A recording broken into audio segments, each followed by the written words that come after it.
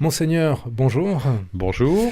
Monseigneur, cette semaine avait lieu une rencontre avec les supérieurs de congrégations religieuses présentes dans le diocèse. Vous nous direz ce qui s'est déroulé dans cette rencontre qui a été l'essentiel de cette semaine passée, on va dire. Et puis un petit mot aussi sur la journée de formation pour les EAP. C'est aujourd'hui, samedi 9 février, à la maison diocésaine d'Angoulême. Et pour en parler, nous rejoindra en deuxième partie d'émission Michel Bello, membre de cette commission des équipes d'animation pastorale. Monseigneur, la présence donc des religieux ou religieuses dans le diocèse. Alors, ce que je peux dire, c'est qu'une c'est une rencontre annuelle que nous proposons pour les supérieurs des communautés, congrégations présentes dans le diocèse. Cette année, c'était une dizaine, communautés féminines et aussi masculines, soit les supérieurs eux-mêmes, soit des délégués. Et c'est toujours une rencontre intéressante où à la fois il y a un partage entre communautés, ce qui permet de réaliser que les soucis, les problèmes sont souvent les mêmes. C'est d'une part souvent le vieillissement, la difficulté de s'ajuster à ces réalités, et puis en même temps l'espérance, parce qu'on voit bien que, et ce que je confirme, combien la présence religieuse est importante dans la vie même d'un diocèse. Et donc c'est partie intégrante de la vie d'un diocèse, que ces religieux, religieuses, que ce soit contemplatif, contemplative ou apostolique. Bien sûr, elles sont plus nombreuses, les communautés apostoliques, mais on voit aussi, c'est à la fois un beau signe et puis un signe qui pose question, puisque depuis 3 ans que je suis là, j'ai déjà vu 4 communautés partir du diocèse, 2 regroupements aussi de communautés, et on s'est dit que dans les années à venir, il va encore y avoir des évolutions. Donc c'est à la fois, on s'est dit, mais l'importance de pouvoir se rencontrer pour parler de problèmes un peu communs. Le problème, c'est celui de la vocation, finalement ? Le problème, c'est celui des vocations. Alors, en même temps, il y a une évolution de l'Église qui fait qu'il y a aussi des communautés maintenant de laïcs qui n'existaient pas il y a 50 ans, mais qui sont un petit peu différentes. Donc, il y a certainement une évolution de l'Église. C'est la question aussi, bien sûr, des vocations. Et puis aussi beaucoup des charismes, vous savez. Donc, alors, c'est un peu plus vieux, mais tout ce qui est enseignement ou également, les soins apportés aux malades. Il y avait beaucoup de religieuses dans les hôpitaux, dans des cliniques, il y avait beaucoup de religieuses dans les établissements scolaires, et puis donc ça a été, repris par effectivement les membres laïcs, ce qui est très bien. Donc il y a une mission aussi qui change. Et on voit bien combien c'est à la fois important, cette présence même comme un signe au cœur même de la vie de la cité, d'avoir cette attention aussi aux pauvres en particulier. Et puis donc, suivant les charismes, car des charismes qui sont assez proches, mais il y en a d'autres qui sont un petit peu aussi différents, ça fait partie de la richesse même de la vie de l'Église. Donc c'est à la fois un encouragement et puis un souhait de toute notre Église diocésaine que persiste cette présence religieuse, de ne pas avoir peur de demain, car c'est le Seigneur qui s'en occupe. Et puis, nous avons parlé en particulier, c'est un thème que nous avons abordé dans l'après-midi, à savoir la synodalité dans l'Église. C'est un gros mot peut-être, très technique, un peu spécifique à la vie de l'Église, mais qu'est-ce que c'est que la synodalité ? Je pense que, pour faire court et clair, il me semble qu'il y a 3 niveaux un petit peu de prise de décision. Il y a à la fois, lorsque tout le peuple de Dieu est concerné et sollicité pour prendre ses responsabilités, tous, parfois il y a des collèges où quelques-uns se rassemblent, un conseil, une commission pour pouvoir travailler un sujet, quelques-uns, et puis souvent aussi à la prise de décision, on ne peut pas tout décider tous ensemble, donc il y a le 1 qui permet à la fois d'unifier, mais qui ne peut pas être le chef tout-puissant. Ça ne peut se concevoir que si synodalité, à la base, chacun prend ses responsabilités. Et donc il y a à la fois la question, vous voyez, de la prise de responsabilité de chacun, et puis la question de l'autorité et de la gouvernance. Et on sait que dans l'Église, on ne se rapproche pas des modèles politique, sans aucun mépris de ma part, c'est ce que je dis, mais à savoir que c'est pas une démocratie, on vote pas le dogme, on vote pas pour savoir si Christ est ressuscité. Je veux dire, après c'est la tradition qui nous le dit, et c'est donc la richesse de la vie de l'Église. Mais concernant la vie même de notre diocèse, et ce sera, je crois, la deuxième partie, à savoir l'animation pastorale d'une paroisse, l'animation paroissiale, ça concerne tout le monde. Donc l'esprit synodal, alors il y a beaucoup de synodes dans les diocèses, c'est des synodes qui correspondent à des processus particuliers de consultation. Nous avons choisi l'année dernière d'avoir plutôt une démarche synodale.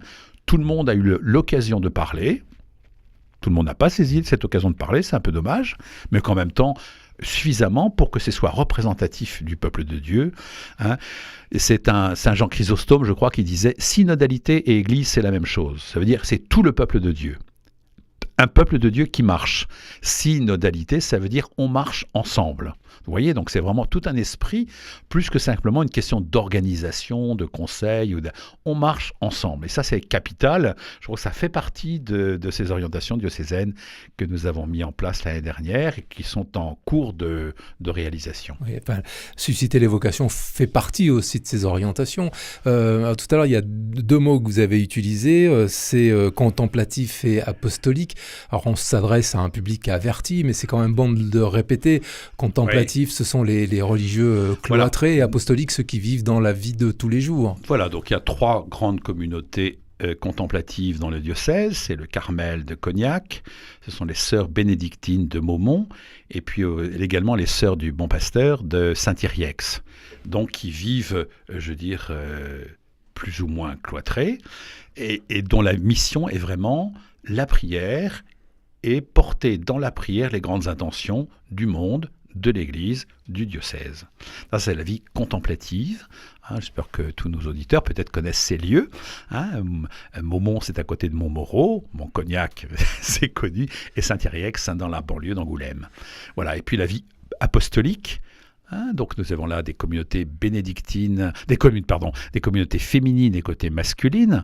Il y a trois communautés masculines, avec les chanoines réguliers de Saint-Augustin, qui sont à Montbron, avec les frères de Saint-Jean, qui sont à Richemont, et la paroisse de Cherves, et puis aussi les frères missionnaires de Sainte-Thérèse, actuellement, anciennement à Bassac, mais toujours, puisqu'on a parlé de Bassac la semaine dernière, et maintenant à Segonzac. Ça, c'est les communautés masculines. Et il y a, c'est 7-8 communautés apostoliques de petites fraternités qui existent et qui sont insérées dans la vie de la paroisse, dans la vie d'une cité, dans le cadre d'associations qui mènent la vie communautaire, fraternelle, et puis qui ont une mission. Voilà, donc, Et donc les missions ne sont pas les mêmes quand on est apostolique ou contemplatif ? Non, la préoccupation c'est la même, c'est la mission. Quelque part, c'est pour ça que la patronne des missions, c'est Sainte Thérèse de Lisieux, qui elle-même était dans un Carmel, donc contemplative. Elle n'a pas beaucoup bougé, et en même temps, elle est patronne des missions. Ça veut dire que la mission est portée par la prière de nos frères et sœurs. Mais nos frères et sœurs qui nous portent dans la prière nous engagent à aller plus loin aussi pour aller à la rencontre de nos frères. Et la mission, des religieux, des religieuses, s'intègre dans la mission, globale d'un diocèse, même si, puisqu'ils sont religieux, et là nous l'avons beaucoup entendu aussi avec le rassemblement des supérieurs, certes il y a un problème de vocation en Europe, en France en particulier, mais il y a des pays, Madagascar, le Vietnam, l'Afrique, l'Amérique latine, où il y a beaucoup de vocations. Donc c'est à la fois l'universalité, l'universel qui fait partie un petit peu de ces communautés, quand c'est ouverte sur des pays étrangers, et c'est souvent là qu'il y a plus de fécondité. Ce qui ne veut pas dire forcément que les religieux religieuses doivent venir ici pour peut-être, parfois, mais voilà. Donc on voit à la fois, je pense que je disais que c'est un peu la constellation du diocèse, c'est-à-dire que ça fait partie des bijoux de famille, d'une certaine manière, si vous me permettez cette image, à savoir que c'est la richesse d'une vie diocésaine que d'avoir cette diversité des vocations. Alors surtout, n'essayons pas d'aplanir en faisant tous la même chose, mais soyons fidèles les uns les autres à notre vocation, et j'encourage les religieux, religieuses à être eux-mêmes. Ils apportent dans un diocèse des charismes, mais ils ont besoin de l'Église hiérarchique, j'ai dit église hiérarchique, ça veut dire un diocèse avec sa gouvernance, pour être dans l'église institution, parce que nous faisons tous partie d'un seul corps. Il n'y a pas le corps de l'église, le diocèse, avec à côté les religieux. Non, les religieux font partie d'un diocèse, et le diocèse compte vraiment sur les religieux, religieuses. Monseigneur, vous avez parlé de prière de soutien tout à l'heure. C'est pour ça que dimanche, vous allez à Rennes pour participer à l'ordination d'Alexandre Joly, c'est ça? Oui, il y a eu plusieurs auxiliaires qui ont été nommés. Donc le prochain à être ordonné, c'est Monseigneur Alexandre Joly, un Normand qui va venir en Bretagne pour être auxiliaire à Rennes de Monseigneur d'Ornelas. Alors j'ai plusieurs raisons d'y aller. D'abord parce que la fraternité, on parlait de synodalité, vous voyez tout à l'heure, je peux me permettre de faire ce petit parallèle, la synodalité c'est aussi le synode des évêques. Il y a collège, synode, c'est-à-dire que nous sommes ensemble. Et j'avais été surpris en arrivant dans le collège des évêques, combien il y avait cette fraternité. Il me semble important de la vivre également avec ces nouveaux arrivés. Donc je vais aller à... Et puis c'est aussi une joie aussi de pouvoir, moi, aller revoir mes frères prêtres du diocèse de Rennes, puisque c'est mon premier diocèse d'incardination avant que je sois envoyé à Angoulême. Monseigneur Hervé Gosselin, Michel Bello, membre de la commission des équipes d'animation pastorale, nous a rejoint. Bonjour Michel. Bonjour. Aujourd'hui, samedi 9 février, se tient une demi-journée de formation de ces EAP. Enfin, c'est plutôt la demi-journée des EAP. Les EAP sont des équipes d'animation pastorale, des chrétiens qui collaborent à l'exercice de la charge pastorale d'un curé dans un secteur pastoral où l'équipe participe étroitement à la mission de l'église locale, donc Monseigneur. Oui, c'est ça. Je veux dire, on est vraiment dans le cadre de nos orientations diocésaines. Donc, je vous rappelle, les équipes locales, la proximité très importante, c'est ça vraiment qu'on met comme priorité. Et puis, il y a eu cette réforme des doyennés. On est passé de 13 à 5 pour des bonnes raisons, pour simplifier et favoriser la vie. Donc, les 5 doyennés, dans ces 5 doyennés, il y a des paroisses. Et dans chaque paroisse, il y a une EAP, une équipe d'animation pastorale. Voilà, c'est ça un petit peu le cadre pour permettre de voir ce que c'est qu'une équipe d'animation pastorale. Et alors, qu'est-ce que la réalité de ces équipes? Michel Bello, vous êtes là pour nous en parler un petit peu. Ces équipes d'animation pastorale, elles sont sur le terrain et elles doivent accompagner donc les orientations diocésaines et les changements qui ont lieu en ce moment avec la fusion de certaines paroisses. Mais alors, quand on dit que les EAP sont ceux qui collaborent à l'exercice de la charge pastorale du curé, vous n'êtes pas des servants de messe quand même. Ah non, pas du tout, mais c'est une façon de vivre la mission, de baptiser, d'accompagner les chrétiens dans une démarche et d'être présence du Christ sur le territoire. Si vous me permettez, je trouve que là, on a parlé tout à l'heure de la synodalité, c'est ensemble. Et le prêtre, certes, est responsable à la charge pastorale, mais ceux qui l'appellent pour constituer une EAP participent, sont donc responsables de la marche de la paroisse. On peut aller jusque-là. Tout à fait, oui. Et d'ailleurs, je ne sais pas, vous pouvez peut-être nous le dire, comment se compose une EAP? Je veux dire, est-ce que ce sont des membres, justement, élus? Est-ce qu'ils sont appelés? Est-ce qu'ils sont... Alors l'élection dans l'Église, c'est un peu particulier, c'est pas un vote démocratique, mais ce sont des personnes qui ont été appelées, dont le curé ensuite choisit, appelle, et c'est confirmé par l'Assemblée. Et alors les missions sont lesquelles précisément? C'est faire vivre la paroisse, faire vivre une communauté chrétienne en maintenant l'unité de celle-ci sur le terrain. Donc être missionnaire à tout point de vue. Et en même temps être ouvert à l'extérieur. Ouais, c'est-à-dire aller vers les autres? Aller vers les autres, aller vers les périphéries, comme disait le pape François. Alors la journée de formation, là, ce samedi 9, ça permet d'expliquer encore aux membres des EAP quelle est leur mission? Alors, cette matinée sera un peu particulière parce qu'avec le changement de 13 doyennés à 5 doyennés, avec la fusion aussi de certaines paroisses en cours ou qui vont avoir lieu, donc ce sera une journée plutôt on va dire pas de formation au sens propre du terme, mais surtout de partage et apprendre à se connaître, puisque les EAP se rencontreront par doyenné, sur les 5 doyennés. Donc on commencera le matin par un temps de prière de méditation sur le lavement des pieds pour nous replacer sur le Christ et nous centrer sur lui. Et ensuite, on aura 2 témoignages et je remercie les membres des EAP de Cognac et des Terres de Haute-Charente qui ont accepté de témoigner et ils ont même constitué un petit diaporama pour alléger un peu leurs propos. Mais vous pouvez témoigner aussi de ce qu'on vit en EAP, puisque vous êtes membre d'équipe. Alors, je suis membre de la commission, mais j'étais membre aussi d'une EAP, mais c'est vrai qu'on partage entièrement la vie d'une paroisse. Michel, vous étiez dans quel secteur? Fléac. Et j'ai fait partie d'une des premières EAP qui s'est constituée sur le diocèse. C'est important ce que dit Michel, c'est que la mission de membre d'une EAP est aussi une mission qui a un mandat limité, c'est-à-dire qu'on accepte un mandat pour une durée limitée, ce qui permet aussi à la fois de savoir que ça a un terme, et puis aussi de renouveler de telle manière qu'il y ait plus de monde possible qui interviennent dans cette... je crois que c'est important, oui. Cette idée. Mais moi, je peux dire que ça m'a permis d'être vraiment d'église. En fait, ça a changé mon regard sur l'église elle-même. Le fait de partager la charge pastorale du curé, et moi j'ai eu la chance de travailler avec de très bons, enfin pas de très bons, mais il y a une dimension à la fois spirituelle et temporelle. Et ça change totalement notre regard sur l'Église. Mais là encore, je dirais, c'est de nous situer toujours par rapport au Christ.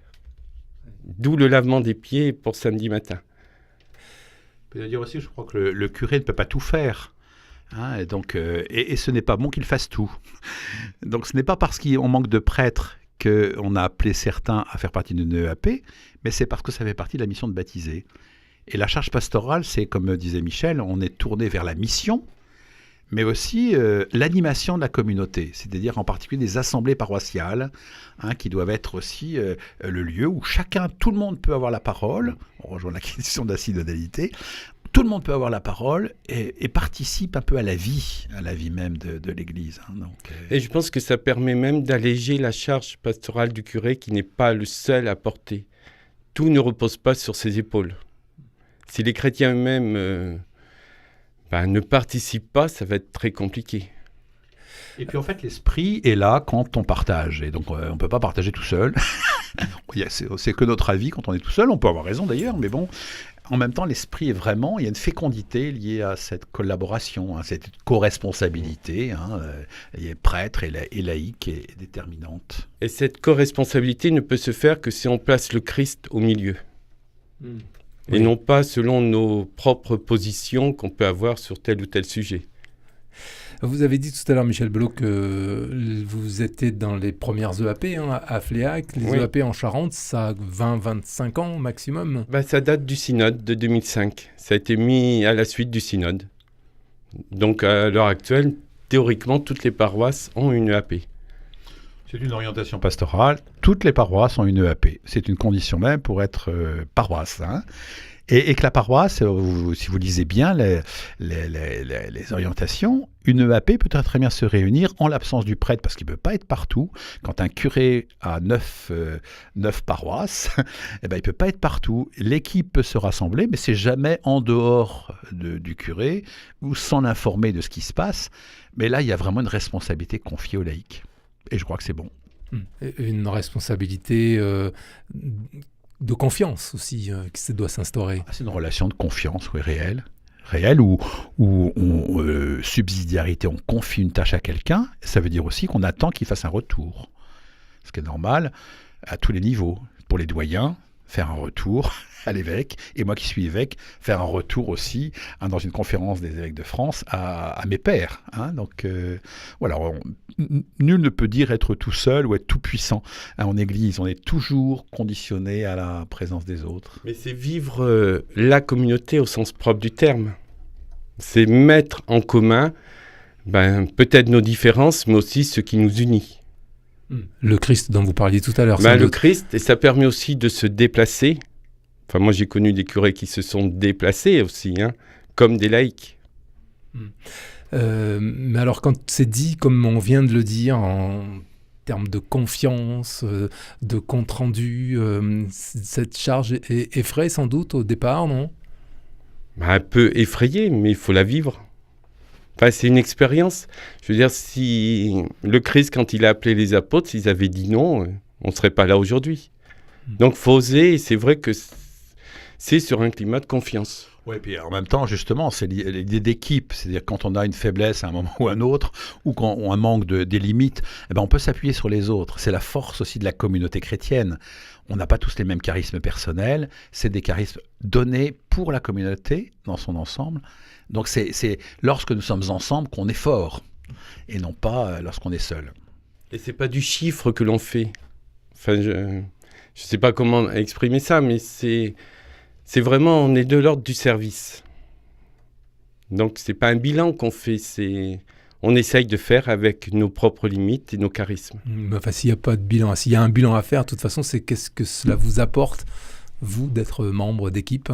Alors moi, je parlerai pas de bilan, mais je parlerai plutôt de relecture, de regarder ce qu'on a fait sous le regard du Christ.